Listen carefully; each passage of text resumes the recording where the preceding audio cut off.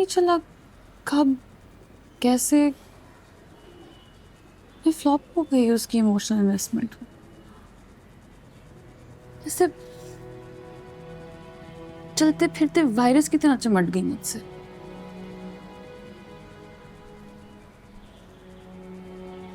फिर भी मैंने अपनी आंखें खुली रखी मामू जान। मोहब्बत में भी मैंने अपना फ्यूचर कॉम्प्रोमाइज नहीं किया।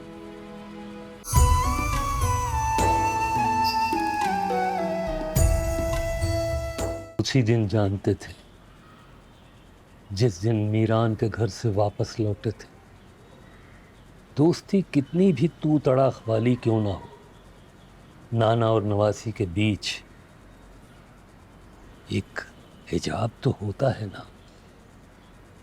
हम समझते थे तुम इतनी हिम्मत वाली हो कि खुद ही इस पर काबू पा लोगी, लेकिन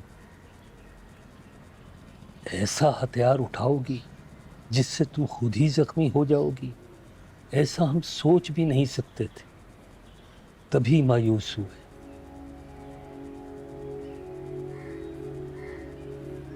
जिस दिन कंवल पहली बार पगडंडी से उतरकर हमारे पास उस दरख्त के नीचे आई जहां हम रोज उसका इंतजार किया करते थे, उसे और उसकी सहेलियों को पनघट पर पानी भरते आते जाते देखा करते थे। कमल हमारे पास आई, अपने सर से मटका उतारा और हमसे बोली, पानी पियोगे प्यासे? हमने अपने दोनों हाथ इस तरह उसके आगे फैलाए। हमें उस दिन भी मालूम था कि हम उसके मटके का सिर्फ ठंडा पानी तो पी सकते हैं, लेकिन उसका हाथ नहीं थाम सकते। मजहब और जात की बहुत ऊंची दीवार हमारे बीच में खड़ी है। हमने अब्बा जी के बहुत डंडे खाए, भूख बर्दाश्त की, लानतें मलामतें सही, लेकिन फिर भी अपनी चचाजाद सलमा से शादी नहीं की। हिजरत के बाद ना वो दरख्त रहा, ना पगडंडी, ना ही पनघट। फिर भी हम कंवल के नाम पर बैठे रहे आज तक। फिराक का दुख सह रहे हैं तुम्हारे सामने। ले गए वो साथ सारी जिंदगी की रौनकें, घर का ये आलम है उनके रूठ के जाने के बाद। जिस तरह देहात के स्टेशनों पे दिन ढले, एक सुकूते मुज़महिल गाड़ी निकल जाने के बाद। मेरी कहानी बहुत मुख्तलिफ है मामू जान।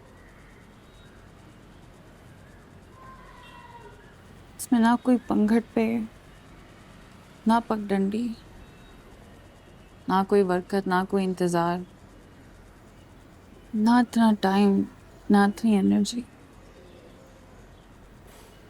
मैं तो कहीं से भी रोमांटिक नहीं थी। सिर्फ सूखी सड़ी खुश्क टहनी।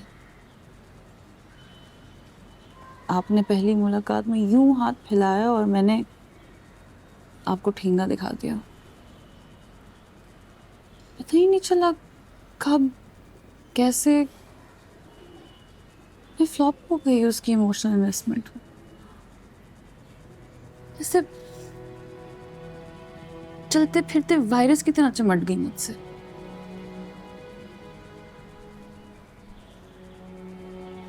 फिर भी मैंने अपनी आंखें खुली रखी मामू जान।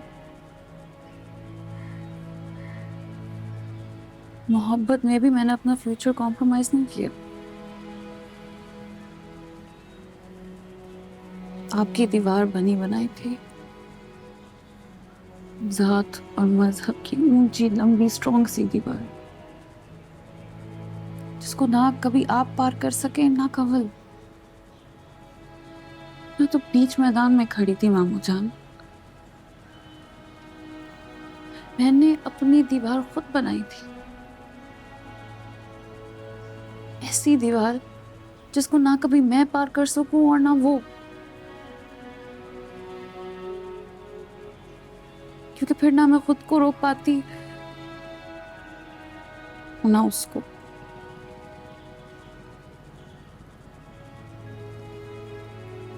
मेरी उससे बहुत स्ट्रॉन्ग अटैचमेंट हो गई है। अगर मैं राशिद भाई के पीछे ना छुपती तो अस्तगफिरुल्लाह, राशिद भाई, लड्डू बोलो ना। मुझे लड्डू उनकी चिढ़ है। और भाई कहना उसकी तौहीन है। तुम फौरन उसे भाई कहने की आदत पर काबू पाओ। और अगला मरहला तो इससे भी ज्यादा मुश्किल है।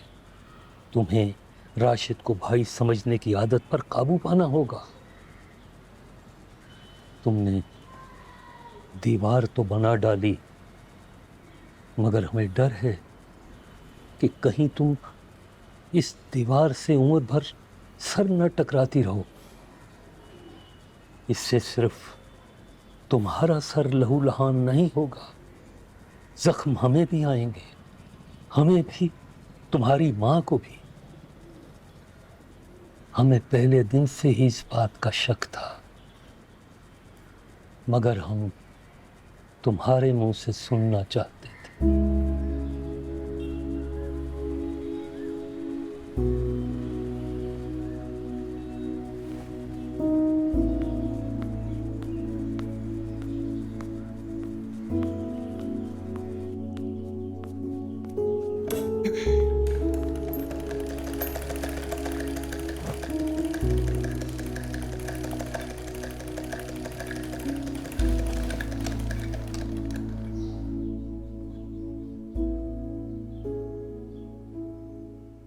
फिर से डांट पड़ी है?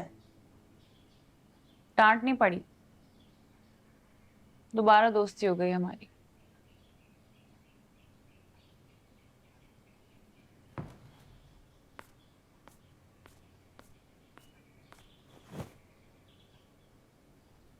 घर की रौनक ही खत्म हो जाती है जब बच्चे आपस में नाराज होते हैं।